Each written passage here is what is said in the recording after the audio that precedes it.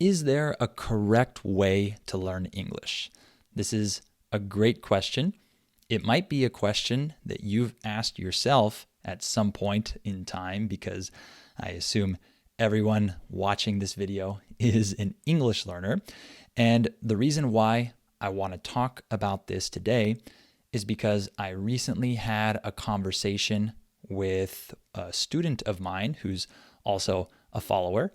And he told me that one thing that he didn't like about classes that he took with other English teachers was that these other teachers often tried to sell him, not literally sell, but they tried to tell him that there was a best way to learn English, that he should do this because this method is better than whatever method he was using. He didn't like that, and one of the reasons why he wanted to take classes with me was because he knew that I've talked a lot about the fact that my way of language learning, my way of learning languages, is not what I think to be the best way for everyone. I've mentioned that on multiple occasions. And so you probably already know my answer to this question just based on this intro. In my opinion, there is not necessarily a best way to learn any language. However, I'm not just going to stop there and tell you, do whatever you want. There's no point in discussing this. Go home. I want to talk about this topic. I think it's really important. I think it will help us all as language learners to really understand our own process, what might work for us, what might not work for us, and why, in my opinion, there isn't just one correct way, one top best way to learn English. Okay? I'm sure you'll enjoy this video. Before we start, remember to subscribe and hit the little bell so that you get notified when I post new videos. And stay till the end, and I'll talk to you about my training and the advanced episodes I have, my other podcast, all of that. As always, I'll save that till the end. I think most of you watch until the end, right? I thank you for that. All right, let's talk about this. Why even discuss this topic? If the answer for me is no, there's not a best way, why do I want to talk about it? Well, one of the main reasons is because many people, many teachers, language learners, polyglots, professors, just your average Joe, as we say, the average guy on the street, he might tell you, or all these people might tell you, that there is one best way, right? I've heard this. They might not say it like that, but basically the way that they talk about language learning implies that there is a correct way and that the other ways are inferior, maybe even vastly inferior to that best way, right? And so because of this, there can be a lot of stress when learning a language. In your case, you might deal with a lot of stress with your English learning because you ask yourself the question, am I doing the right thing? Am I using my time wisely? Am I using the correct method? I'm sure many of you know what I'm talking about. I get this question all the time, and people are really stressed about it. They don't want to waste their time, and they think they might be doing the wrong thing. They need to know what the best method is, what is the best way to learn English. And those are legit questions, of course, but the stress involved in that is not good. It's detrimental to our language learning, because if you constantly have that stress and ask yourself that question, am I really doing the right thing? Am I using the right method? You're probably not going to stick to any method. You're going to try this and try that and try this. And I like trying different methods. That's not bad. But your reason for doing that is maybe not the best. You're trying to find the method that you should be using because you're using the wrong method now. It makes you feel negative about your learning. And when you have this stress, it's probably not going to allow you to progress as quickly as if you maybe never asked yourself this question and you just followed one route and you had fun and didn't stress. That might be better, right? So it's important to talk about this because many of you might be stressed about this. You might start to doubt whether you're making progress. You might think, no, I'm probably doing everything wrong. I don't think I'm making progress. You might just think your studying is all in vain. It's just for nothing. I don't want you to have these feelings. So it's important to talk about this. And this is similar to like nutrition and exercise for me. I've talked about this a number of times in different episodes, how I'm a firm believer in the idea that there is no one best way to eat, or maybe exercise as well, but I'll use eating as an example. There's probably not just one best way to eat that's good for everyone, okay? People have different allergies. People's bodies react differently to different foods. They get bloated from certain foods. They feel whatever negative thing they feel when they eat certain foods. And then another person might eat those same foods and they feel great. Okay. Nutrition is something people get really passionate about, and it's hard to talk to people about this sometimes. And that's a little strange because it's food, right? That probably shouldn't be the number one heated topic that we get passionate about. But people can really just be adamant about the fact that this way of eating is the correct way and every other way is wrong, right? I'm sure you know what I'm talking about. And I just don't believe that's the case. I just don't buy that, okay? For me, it's the same thing with language learning, all right? So it's kind of similar to that. I'm not an expert in nutrition or exercise or even languages. I don't have a PhD or whatever. But my humble opinion is that when it comes to things like this, not everything, but things like this, there's no one best way, okay? So let's talk a little more about this. If you've interacted with different people, language learners, polyglots, language teachers, if you've listened to them talk on YouTube or whatever, you'll notice that they all have different methods and they do different activities in their own learning. Obviously, there's a lot of overlap. Of course, two people might do very similar things, but they're probably not doing the same exact thing for the same amount of time in their language learning schedule, okay? There are differences, all right? So it's not just that, but for example, I've known people who have had complete opposite approaches to language learning. I've known people that had the approach where they speak from day one. Some people like to do that. They like to speak from the very beginning, right when they're starting, speak from day one, just speak. And they've been able to become fluent in that language that they're learning after a while, obviously. I've known other people, however, that, these people did not even say anything, talk to anyone for 1 to 2 years when they started. They didn't have a single conversation for a year and a half, for example, and then they became fluent as well. So they had exact opposite approaches, and yet they both arrived at the same destination.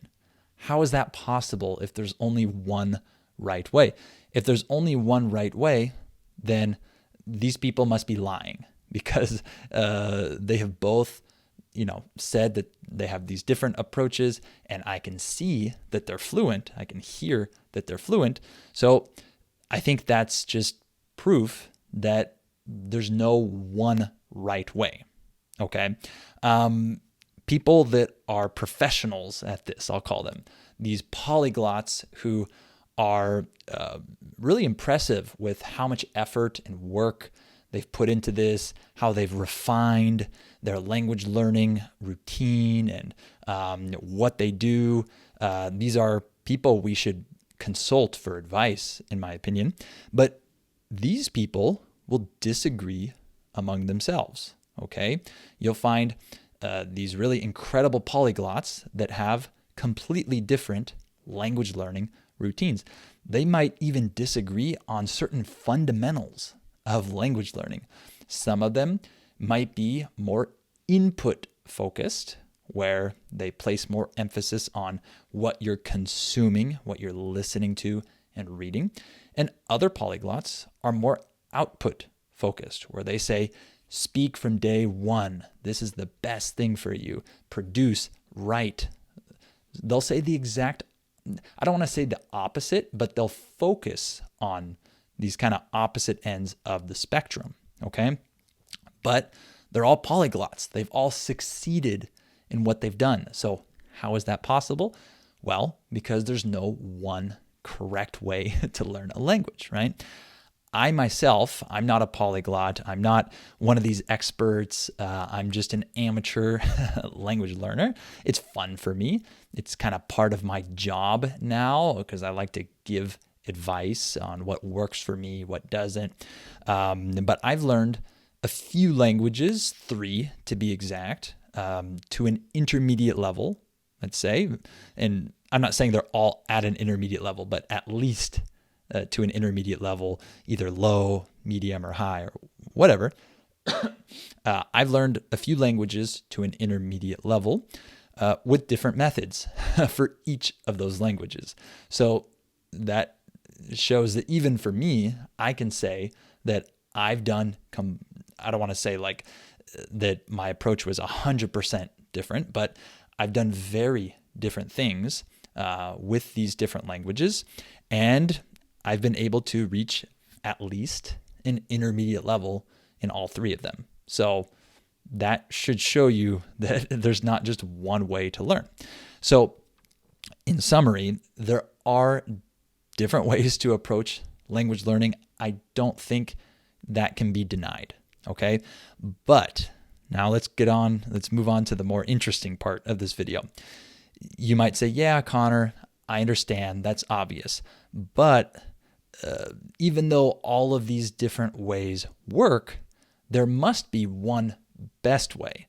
Like you might say, I'm not saying that this way doesn't work or this way doesn't work, but we should be able to rank them and say, they all work, but this is the best way, right? That's a good question. I agree, but I disagree with this idea. I'll explain. I think that there's one best way for you, but I don't think there's one best way for everyone, okay? So 2 language learners can do the same thing and have very different results. I've seen this. You might know people like this. Why is that? How can 2 language learners who both have the goal of learning whatever language, how can they do the same thing? They're in the same class, they're doing the same activities, whatever, and you see that one is going way faster than the other in terms of their progress, right? Why is that? Well, simply put, the method that the 2 people are using is better for this person and not as good for this person. It's pretty obvious, right? And I think that the main factor, if it's not the main factor, it's a huge factor, but I think it's the main factor that people overlook is this emotional factor, I'll call it. Everything that has to do with motivation, fun, enjoyment, interest, desire. I know that we like to downplay that and we like to be more, I don't want to say scientific, but we want to talk more about methods, methodology, what works, what doesn't work. And yeah, I get that. We want to, we want someone to give us a plan of action, right? And that's a big thing as well. However, this emotional factor for me is a bigger element of language learning. It has more consequences. It is more influential over your language learning career. Like, this is what is going to make the difference. Okay. So let's talk about this. I've talked before about discipline versus motivation. Nowadays, I think what you'll hear a lot when you hear people in different domains talk about, achieving success or whatever, they'll talk about discipline, okay? And they'll downplay motivation. They'll say, motivation is fleeting. It can be here one day and it's gone the next day. It goes up and down. And I agree with that, obviously. And I agree with the fact that discipline is vital, right? Just, having the plan, sticking to it, doing it every day, that's great. That's a big part of success. But in my opinion, there's often too much focus on discipline and not enough focus on this other emotional factor. I'll talk specifically about language learning. I don't know about every discipline, but talking about language learning, okay? I've given this example before. I did an Italian challenge. I learned Italian for 100 days, if I remember correctly. And I didn't want to learn Italian. I did it because I was trying to help some friends of mine who are English speakers that wanted to learn a language. They wanted to learn Spanish, and I wanted to replicate this as closely as possible, but I already speak Spanish, so I chose Italian because that's the one Romance language that I didn't have any knowledge of. And I tried to build a plan for them to follow for 100 days, and I wanted to do it first because I don't want to just give you advice if I don't know whether or not it works. I'm going to do it, test it, and give my feedback, right? So I learned Italian for 100 days for 2 hours a day. It was a pretty big commitment. And like I said, I didn't really want to learn Italian, but I was excited about doing this challenge because I thought it would really help me develop my own ideas, my own philosophy about language learning. I like to experiment and see what works, what doesn't work. So I was excited for that reason. And for the first 50 days, I was motivated, I was excited, and I made a lot of progress, actually. I was pretty impressed. The second 50 days, not so much. And why is that? I did the same thing for the 100 days. I literally, I skipped a few days, but then I added some days afterwards. But I was very, very disciplined. I did exactly what I said I would do. I showed up every day to my Italian practice and I did it. And I continued this for the whole period. I didn't quit. I was extremely disciplined. However, my results just went way down during the second half. Why? Because my motivation dropped. My enjoyment dropped. The fun I was having in the first 50 days dropped. My desire dropped. Everything dropped, but I stayed disciplined. I tried my best to focus. I couldn't focus as much because of, my lack of interest. But I stayed disciplined. I just did it every day, but that wasn't enough. Okay. What was a bigger factor for me was the emotional factor, that I had in the first 50 days, it was exciting. I was happy to do this. I was just motivated. I was having fun. That was a much bigger factor for me. I'm happy I did that challenge now, because I can use that as a perfect study. It's like an experiment, right? I didn't mean for it to have this result, but it's cool now to be able to use this as an example to back up my theory about there not being one right way to learn a language that is valid for everyone, right? This emotional factor is going to determine what works best for us and what doesn't work, okay? So this emotional factor is the most important one for me for a few reasons. Number one, you won't stick to a structured method if you don't like it. I did this for Italian, but most people would not continue on with it. I did it because I promised this to my friends, and so I had other reasons. But normally, you won't stick to that method if you don't like it, right? It's not like going to work where you earn a paycheck every day and you go even though you don't like your job, because you have to go. You need that paycheck. You need that money. That's not the same as this, right?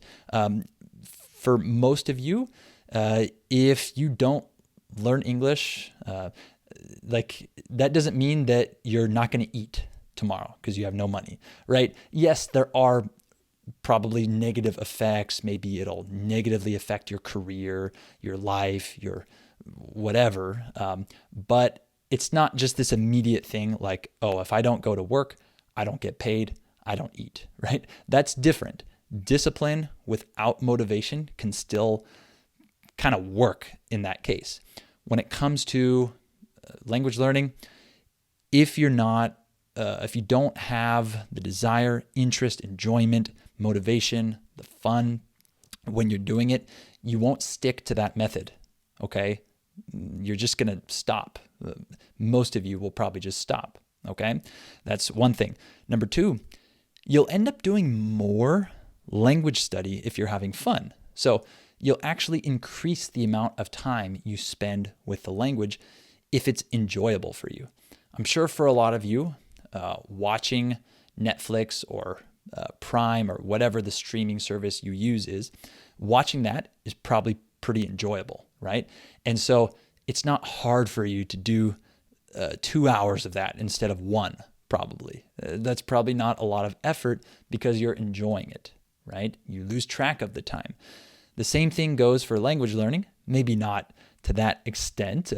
It's very hard to find an activity that's, as enjoyable as just watching TV and doing nothing. But I think language learning can be really enjoyable, and you can end up just doing more of it than you even planned. And that's a good thing, in my opinion. So if you're having fun with it, if your desire is just really high, you're motivated, you'll do more language learning. You'll spend more time with English.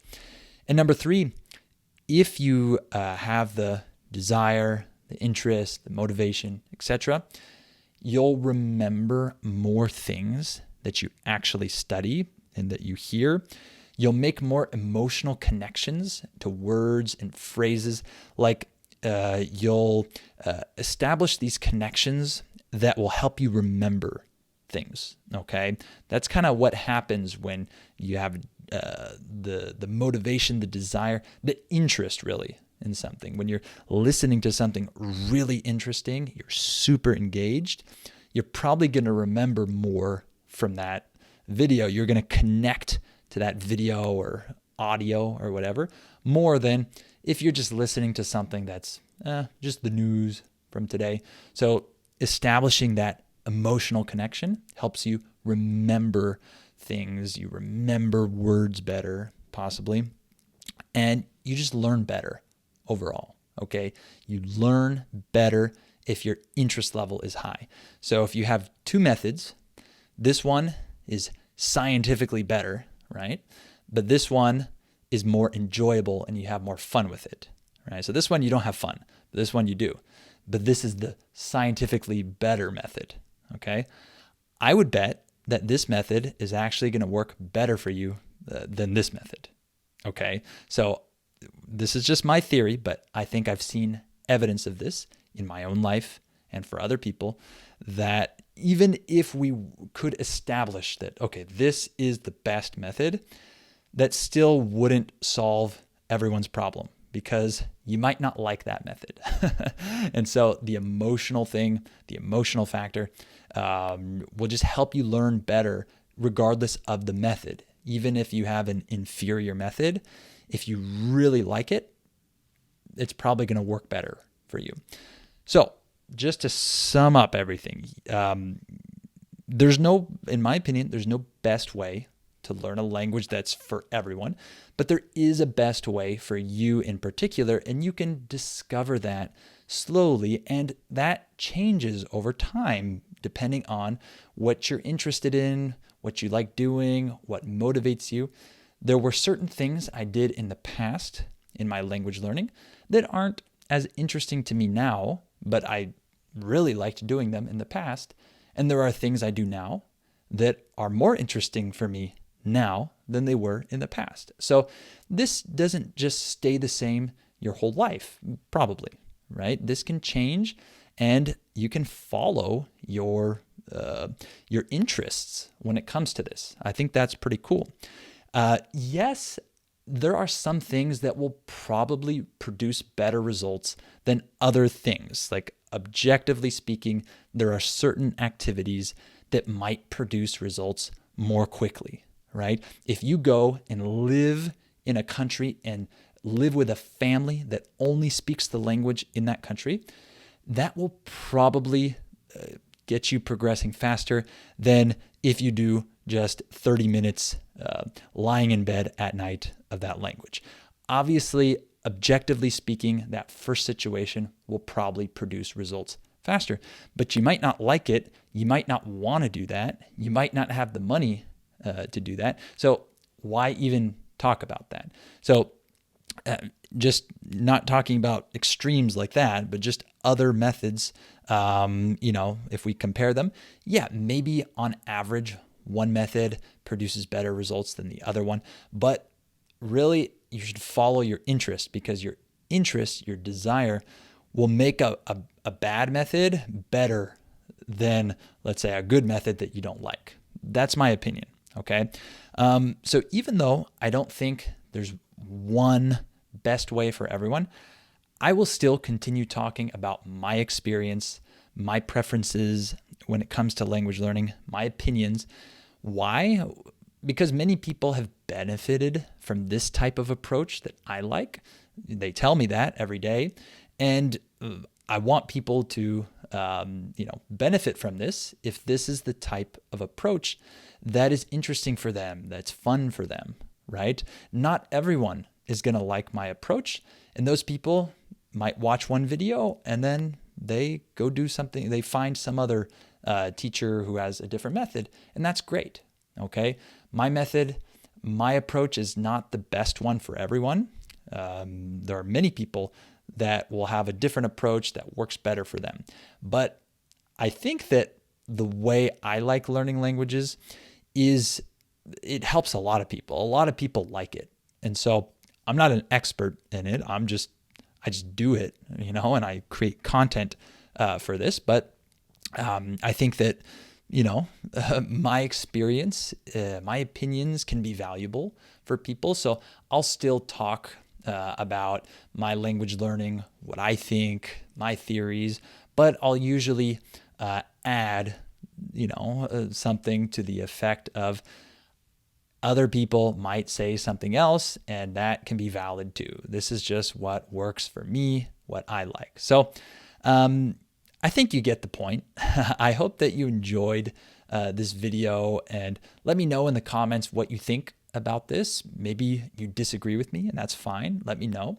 Remember that you can get my training. For example, if you want to pronounce words and phrases more like I do, or other native speakers do, then you'll be really interested in my pronunciation seminars. So you can check those out. You can check out my advanced episodes and other training by clicking on the link down below.